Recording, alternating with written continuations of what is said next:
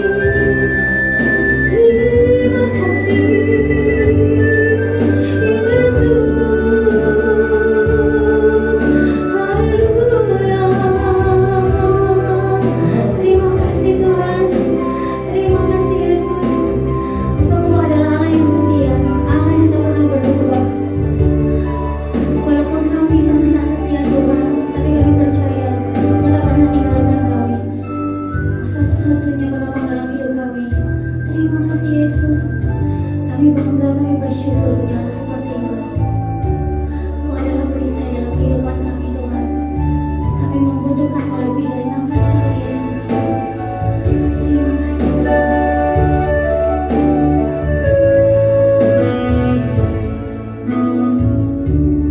Engkaulah perisaiku saat badai hidup menerpaku.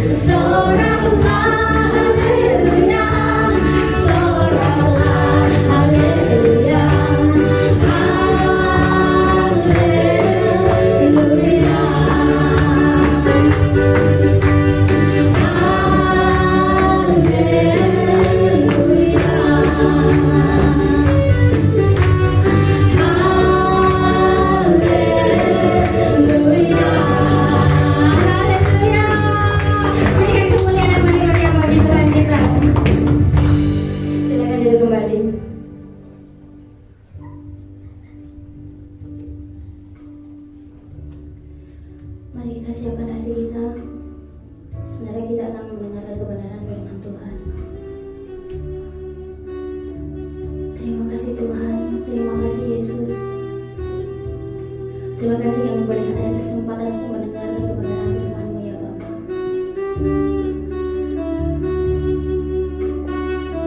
Kami bersyukur Tuhan. Kami bersyukur dengan apa yang telah terjadi dalam kehidupan kami. Kau selalu berikan yang terbaik dalam kehidupan kami.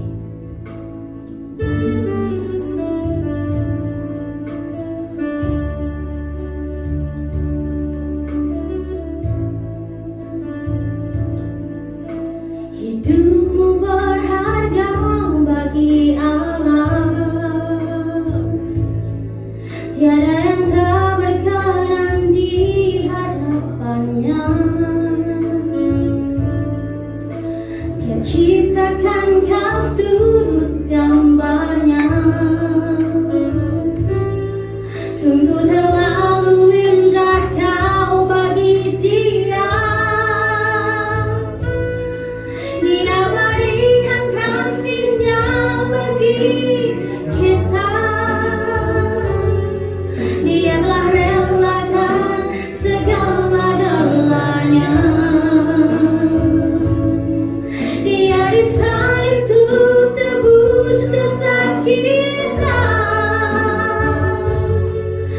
Karena hidupmu sangatlah berharga. Bulu yang terkulai takkan dipatahkannya. Dia akan jadikan indah.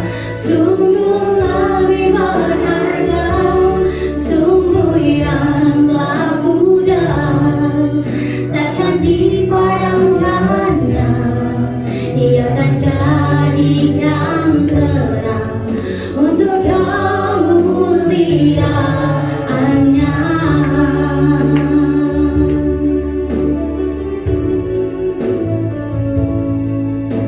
Hidupmu berharga bagi Allah. Tiada yang tak berkenan di hadapannya. Dia ciptakan kau seturut gambarnya. Sungguh terlalu indah kau bagi Dia. Dia berikan kasih-Nya bagi kita. Dia telah relakan segala-galanya. Dia disalib untuk tebus dosa kita. Karena hidupmu sangatlah berharga. Bulu yang terkulai takkan dipatahkannya. Dia akan jadikan indah. Sungguh lebih berharga sumber yang telah pudar. Takkan dipadamkannya. Dia akan jadikan terang untuk kemuliaan-Nya. Bulu yang terkulai takkan dipatahkannya. Dia akan jadikan indah. Sungguh lebih berharga sumber yang telah pudar. Takkan dipadamkannya. Dia akan jadikan terang untuk kemuliaan-Nya. Mari coba sendiri katakan. Bulu yang takkan dipatahkannya. Dia akan jadikan indah. Sungguh lebih berharga sumber yang telah pudar. Takkan dipadamkannya.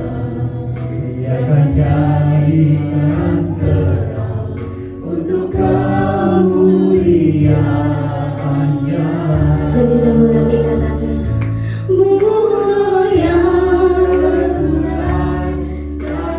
dipatahkannya, dia akan jadikan indah, sungguh lebih berharga. Mari semua kami dapat kembali berdiri. Takkan dipadamkannya, dia akan jadikan terang untuk kemuliaannya.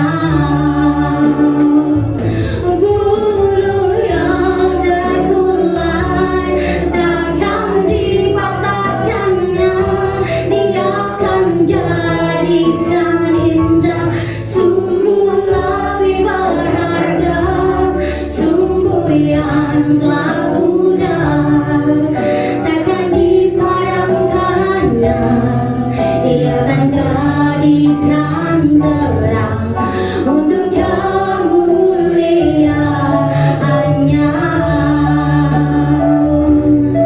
Dia akan jadikan terang untuk kemuliaannya. Dia akan jadikan terang untuk kemuliaannya.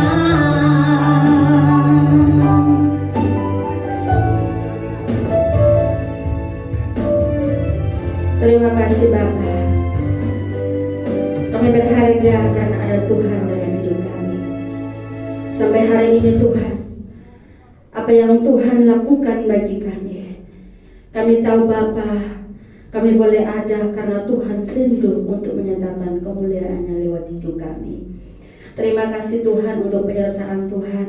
Bahkan pada sore hari ini setiap pujian penyembahan yang sudah kami naikkan membuat kami Tuhan agar iman kami boleh bertumbuh di dalam Tuhan. Dan ketika kami belajar firman Tuhan, biar hati kami boleh meresponi firman Allah itu dengan baik. Dan kami pulang Tuhan, kami bawa pengharapan yang baru. Karena kami tahu kami tidak mampu tanpa tuntunan Tuhan lewat firman Allah. Di dalam nama Tuhan Yesus kami boleh bersyukur dan kami berdoa. Haleluya. Amin. Silakan duduk. Salam. Ya, selamat sore. Puji Tuhan, kita sudah sampai di minggu yang ketiga. Iya, minggu yang ketiga, tanggal 19 Desember dan besok tanggal 20. Jadi tinggal 6 hari lagi kita akan merayakan ibadah Natal. Dan di mana-mana di seluruh dunia banyak orang yang percaya kepada Tuhan. Bahkan sudah ada yang merayakan Natal lebih mendahului ya sebelum tanggal 25. Dan kita sebagai orang percaya, biasanya bulan Desember ini bulan yang sukacita, bulan yang membawa damai, amin. Bulan yang membawa kebahagiaan. Karena itu firman Tuhan yang mengatakan, bukan karena kita sering mendengar cerita, tetapi itu sudah tercatat di dalam firman Tuhan. Di lain kita akan mengakhiri tahun, setiap tahun pada bulan Desember, bulan yang terakhir. Lalu setiap kita yang percaya, banyak kita akan merayakan ibadah Natal di mana-mana. Karena apa? Yang kita rayakan itu bukan manusia, tapi kita rayakan Natal itu sebagai satu rasa ucapan syukur kita atas apa yang Tuhan beri bagi setiap kita. Tuhan beri itu bukan berupa materi atau apapun, tidak. Tetapi yang Tuhan beri berupa sesuatu yang tidak bisa dibeli dengan uang. Berapapun harganya tidak bisa. Yang Tuhan beri adalah satu pribadi yang bernama Yesus datang ke dalam dunia untuk bisa meluruskan hidup umat manusia. Amin. Karena Alkitab katakan dialah yang datang sebagai penebus dosa umat manusia. Siapa yang mau berani tebus dosa kita? Enggak ada. Mungkin kalau ditumpuk, mungkin saya sendiri sudah umur segini, kalau mau ditumpuk dosa saya berkarung-karung misalnya. bukan satu karung, tapi sudah berkarung kan? Sudah berkarung-karung. Kalau saya bawa sendiri mana saya mampu. Kekuatan saya biasanya saya sudah tes. galon satu itu sekarang sudah tidak bisa. Kalau dulu kuat, sekarang kalau saya angkat sampai di situ terus cekot-cekot. Itu 1 galon. Yang bayangin kalau dosanya sudah umur sekian sampai sama pikul. Ini secara apa ya? Coba kita berpikir secara logika saja. Mau titip kepada siapa? Siapa yang mau?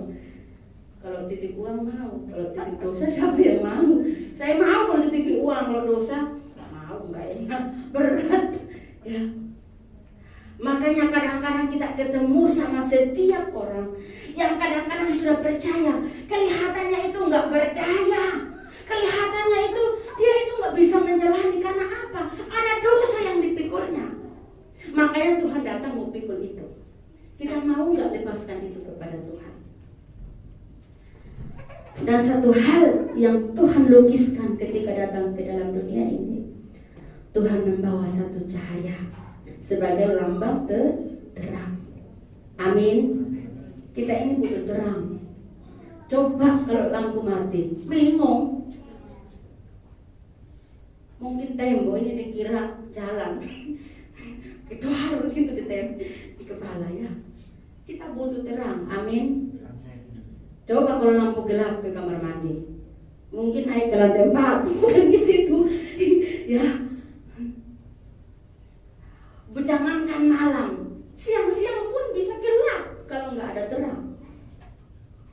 Nah, kita sebagai manusia, kita di dunia ini, Alkitab mencatat dunia ini penuh dengan kegelapan. Jadi Tuhan datang membawa itu supaya menerangi. Ada satu binatang di dunia ini yang kemana-mana dia itu membawa terang. Binatang itu, apakah binatang itu? Kunang. Makanya kalau mau cari kunang-kunang nggak perlu pakai senter, kita sudah tahu dari jauh.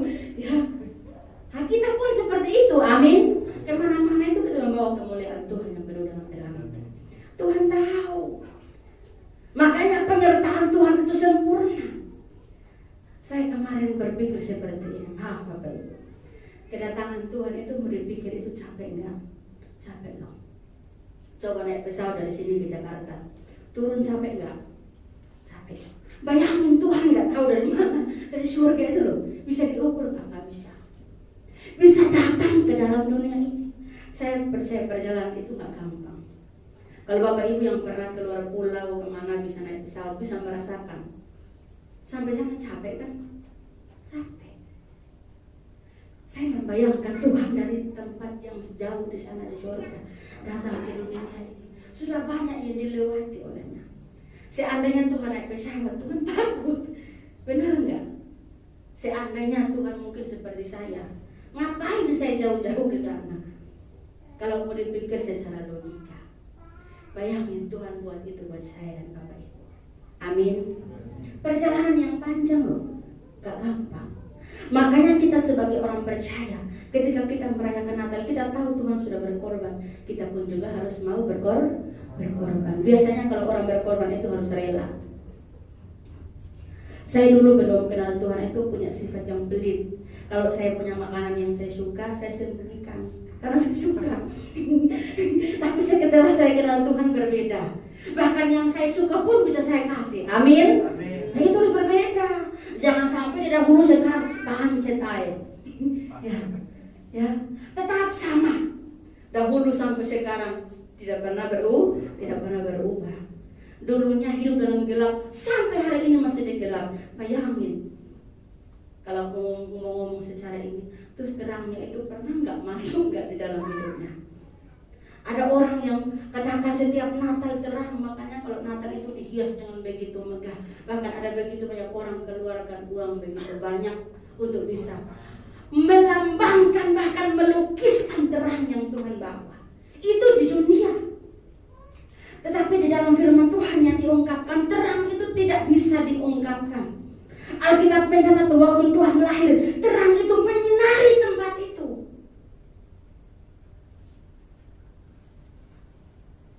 Jadi ternyata hidup manusia itu harus diterangi oleh terang daripada Tuhan. Jalan manusia yang harusnya menuju maut diganti oleh Tuhan. Jalan menuju kepada kebenaran. Jalan menuju kepada surga yang penuh dengan damai sejahtera. dan ketenangan. Tuhan ganti.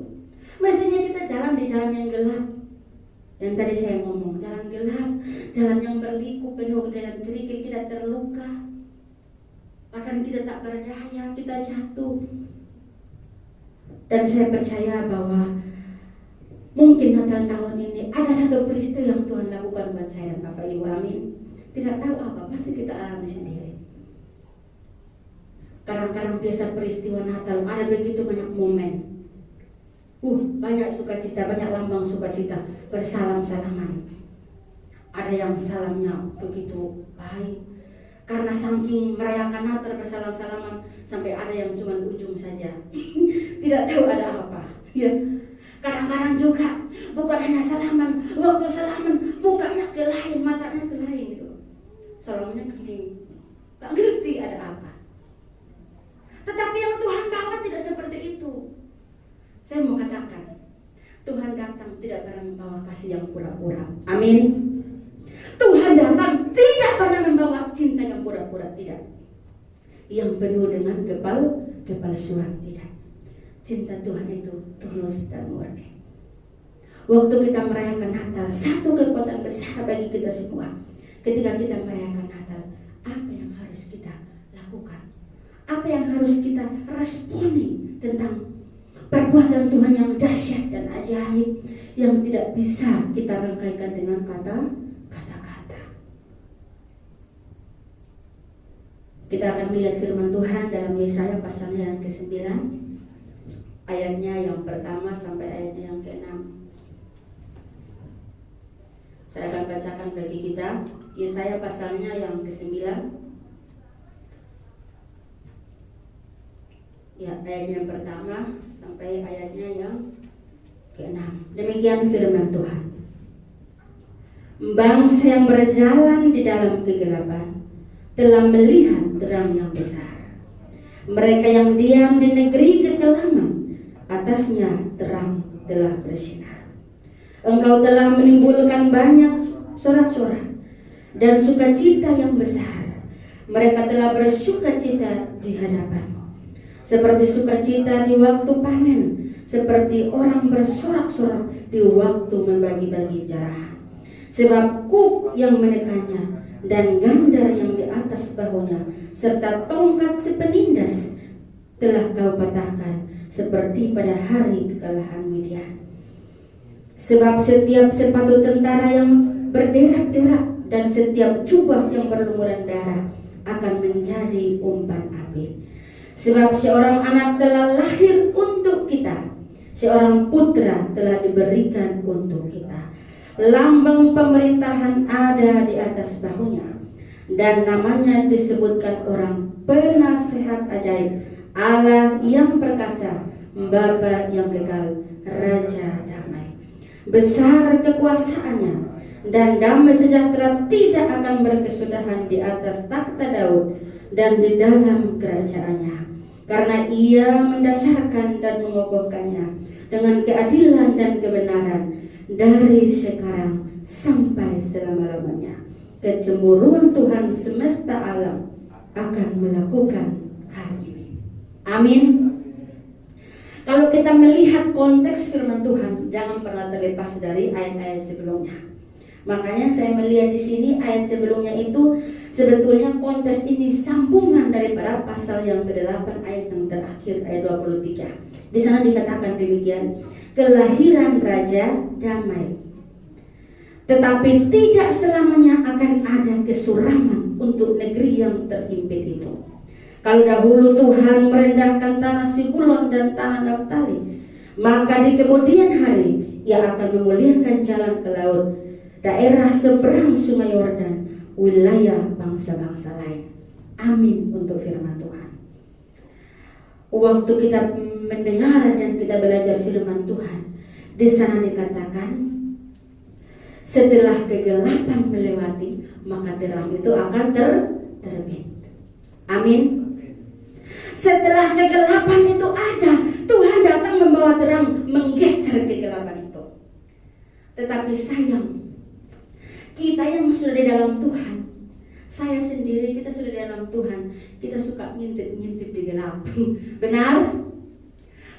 percaya orang di dalam gelap nggak bisa lihat di luar yang gelap. Orang di sini kalau terang nggak bisa melihat di luar yang gelap. Pernah mau coba? Nanti pulang coba. Ya, kalau kita ada di tempat yang gelap, kita bisa melihat di terang. Tapi kalau kita di dalam terang, kita nggak bisa melihat di dalam gelap.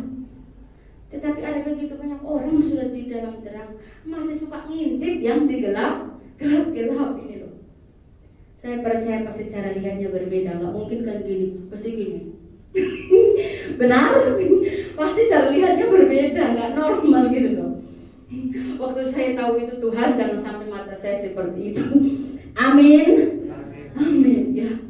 Karena Tuhan datang dengan penyertaan yang sempurna. Saya masih ingat lagu sekolah minggu. Hati-hati gunakan apa? Tanganmu. Jadi ingat, setiap apa yang kita lakukan Tuhan tahu semuanya.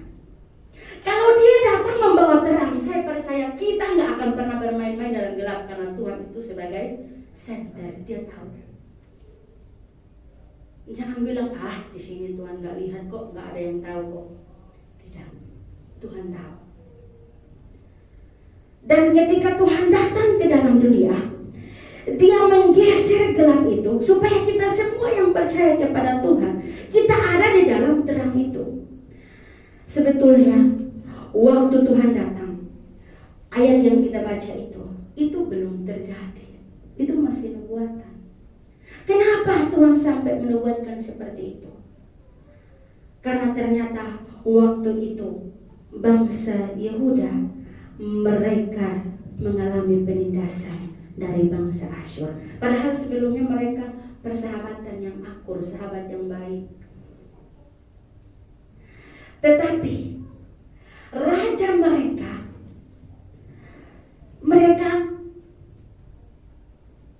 mereka ini tetap berharap kepada Raja Asyur yang punya militan yang kuat, alat perang yang hebat dan dahsyat. Padahal rakyatnya adalah orang-orang yang percaya kepada Tuhan.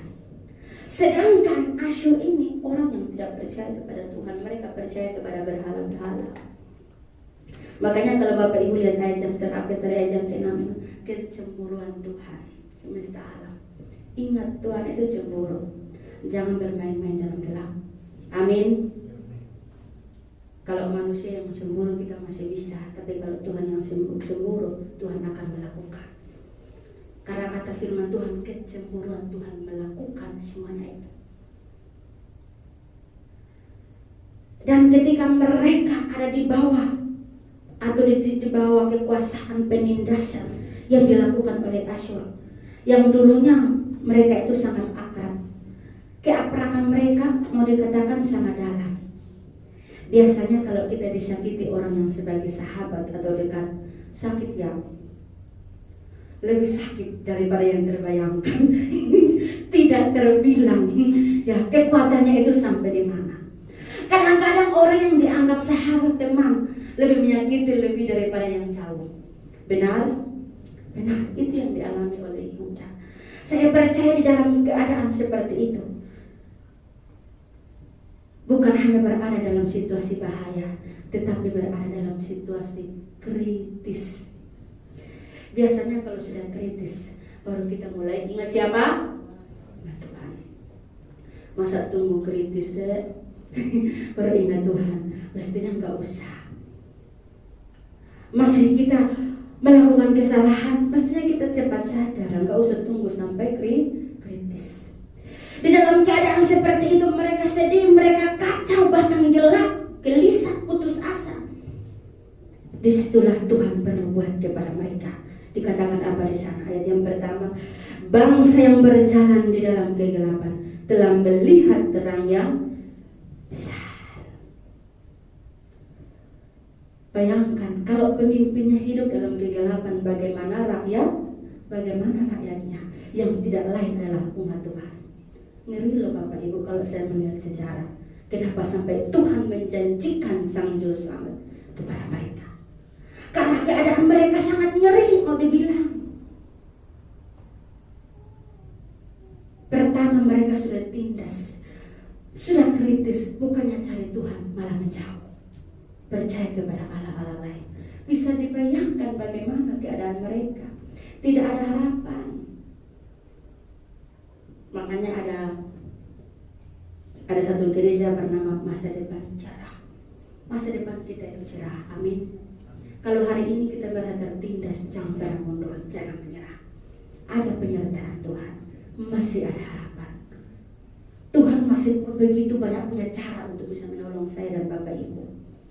Kekuatan Natal itu ada di mana? Bersandar kepada Tuhan. Kalau waktu itu bangsa Yehuda tidak cepat-cepat kembali dan bersandar kepada Tuhan, saya percaya mereka tidak akan pernah bisa melihat terang itu.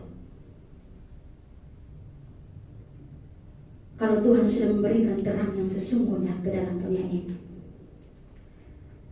kita harus ingat satu hal.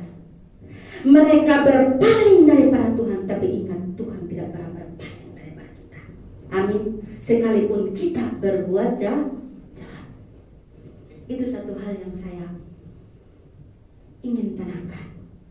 Sekalipun kita berbuat jahat, ingat Tuhan tidak pernah berpaling. Malah kita yang kadang-kadang lebih berpaling mendoakan Tuhan. Lalu dikatakan Sang Mesias itu datang sebagai Sang Juru Selamat dengan atribut yang Tuhan kasih, identitas. Bapak Ibu bisa melihat ayat yang kelima dikatakan apa? Sebab seorang anak telah lahir untuk kita, seorang putra telah diberikan untuk kita, lambang pemerintahan ada di atas bahunya, dan namanya disebutkan orang yang pertama penasehat ajaib. Apa arti semuanya itu? Penasehat ajaib artinya apa? Roh hikmat ada padanya. Kalau menjadi penasehat harus berhikmat. Jangan sampai yang salah jadi benar, yang benar jadi salah. Itu keliru. Tuhan tidak datang untuk itu. Tapi Tuhan datang sebagai satu atribut yang Tuhan kasih dan Tuhan percayakan, sebagai penasehat ajaib. Jangan pernah percaya kepada yang lain, tapi percaya kepada Tuhan. Tuhan itu selalu adil dan benar. Lalu yang kedua, Tuhan datang sebagai identitas yang disebutkan Allah yang perkasa. Bagian yang kedua, Allah yang perkasa. Artinya apa? Pahlawan yang gagah berani, tidak akan pernah terkalahkan oleh militer apapun. Amin. Mau dikumpulkan seluruh dunia ini dengan militernya, tidak bisa terkalahkan Allah yang perkasa. Makanya apa? Di bawah dunia ini, di bawah di surga dan di bumi, tidak ada yang pernah berani mengangkat tangan terhadap Tuhan. Saya pernah melihat itu dengan mata saya. Jangan pernah mengangkat tangan terhadap Tuhan. Tangan kita ini gak sanggup untuk bertinju dengan Allah. Amin. Kekuatan kita mau bertinju cuma segini. Ya, kita gak bisa berani bertinju dengan Tuhan. Hanya mau turut apa yang Tuhan mau. Lalu yang ketiga, Tuhan datang dengan satu identitas. Dia Bapa yang kekal. Bapa yang kekal itu maksudnya apa? Karakter kepemimpinannya sebagai seorang bapa. Seorang bapa yang sayang kepada anak-anaknya. Dia datang dengan satu identitas yang Tuhan bawa, yaitu Bapa yang kekal. Artinya apa? Kita ditebus, harusnya kita menjadi budak, tetapi ditebus menjadi anak-anak Allah. Amin. Ini satu identitas yang luar biasa yang Tuhan bawa ketika Tuhan datang ke dalam dunia. Lalu yang kelima, lalu yang keempat, Tuhan datang dengan satu identitas. Dia Raja damai. Artinya apa? Menciptakan sebuah kedamaian yang utuh di tengah-tengah dunia yang kacau dan tidak beraturan. Jadi Tuhan itu datang membawa damai sejahtera. Bukan lagi perang, tetapi ada damai sejahtera, ada pedang. Ada lagu lama itu, saya nggak pernah dengarin orang nyanyikan, tapi lagunya seperti ini. Yang ada sukacita, yang ada bahagia, yang ada hanyalah damai sejahtera. Bapak Ibu udah cari di YouTube Suara saya agak miring, kalau di YouTube lebih enak. Bisa lebih menyentuh, ya. Bapak Ibu untuk cari lagu itu menyentuh. Dia datang membawa itu. Yang ada tidak ada kekacauan, tapi yang ada hanya damai sejahtera. Hari ini kalau kita sudah diperdamaikan dengan Tuhan, ketika kita mendengar berita tentang kelahiran Tuhan, apa yang harus kita perbuat? Kalau Tuhan datang membawa cinta, tidak dengan kepalsuan, atau Tuhan datang untuk bisa menyalurkan jabat tangan dengan tidak kepalsuan, kita pun harus belajar untuk bisa menerima orang lain apa adanya, bukan ada apa, bukan. Iya, itu bukan datang dari di atas, tapi datang dari si dia. Gak tahu, ya. Jadi kita ini mulai belajar tulus murni. Karena apa? Terang itu tidak bisa dibohongi. Bapak Ibu tahu masih iklan lampu Philips itu loh, apa? Terang terus terang. Tidak boleh ada dusta. Ya. Saya masih ingat dulu, saya masih muda, saya dengar itu. Jadi kalau setiap saya pacaran saya katakan itu. Iklan lampu itu. Iya, jangan sampai ada dusta. Ya. Biarkan firman Tuhan pada sore hari ini boleh menjadi berkat buat kita. Ada begitu banyak makna Natal yang Tuhan bawa. Jangan berhenti sampai di sini, tapi kita bawa untuk bisa kita ceritakan kepada orang lain, anak-anak kita, dan siapapun yang kita ketemui, kita katakan Tuhan itu Allah yang besar, Allah yang dahsyat, Allah yang membawa terang.